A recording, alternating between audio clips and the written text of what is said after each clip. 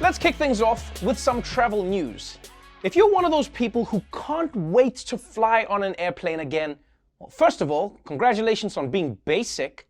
And second, you may be willing to wait just a little longer after seeing this.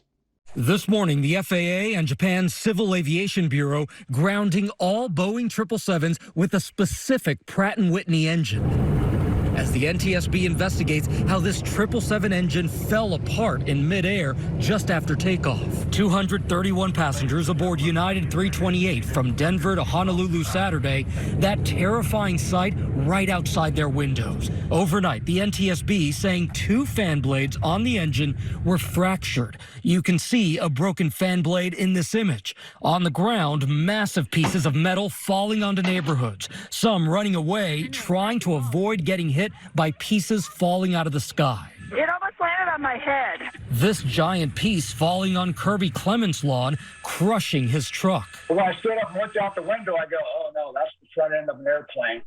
God damn! A giant piece of an airplane landing in your front yard? That's terrifying.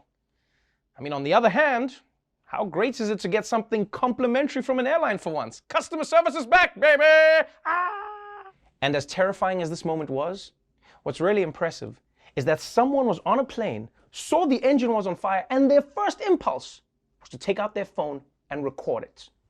That's how addictive it is to go viral. Every single one of us will spend our last moments alive chasing retweets. I'm going down, but oh, my likes are going up.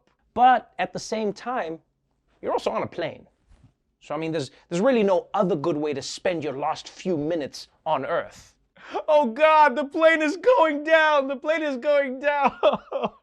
Let me just load Crudes 2. Seriously though, it is hard to overstate how terrible this was. I mean, yeah, nobody got hurt, but the plane was headed to Honolulu and instead it had to land in Denver. Tell me that that's not a tragedy. Oh, and just by the way, it turns out that this wasn't even the only Boeing accident this week. Yeah. At this point, Boeing has such a terrible record that people won't even wait for something to go wrong before they say goodbye to their loved ones. Hey man, I just want to say that I love you, and I'm grateful that you were my friend. Dude, what happened? Did you find out you have cancer? No, I just booked a flight on a Boeing. No! But let's move on now to the coronavirus pandemic. It's the reason all your sex dreams are now just about going out bowling. There's no question that things in the US are moving in the right direction. More people are getting the vaccine, fewer people are getting infected, and our maskne is finally starting to clear up.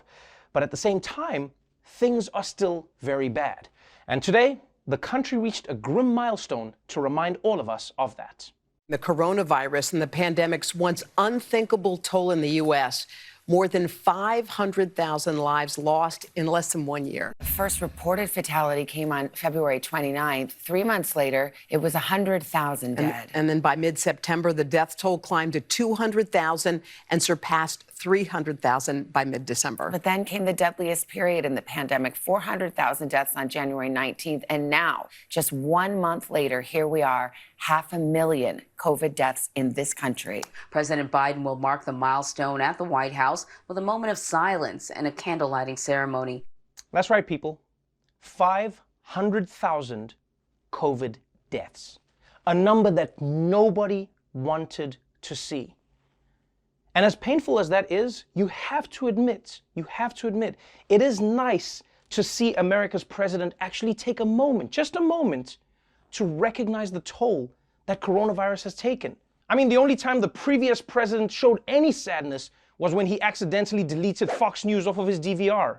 What a day for Americans. What a sad day. My sweet Hannity is gone. The good news is that the number of new infections has plummeted in the last few weeks. But what's interesting is the number that they've plummeted to is where they were last July, which at the time everyone thought was so horrifying that the country immediately started locking down again. And this just goes to show you that your perspective can change based on where you're coming from. That's it. Like, if I got attacked right now by a wolf, I'd probably be like, ah, this is the worst day of my life, ah! But if I went from being attacked by 4 wolves to 1 wolf, I'd probably be like, ah, What a relaxing way to start the week.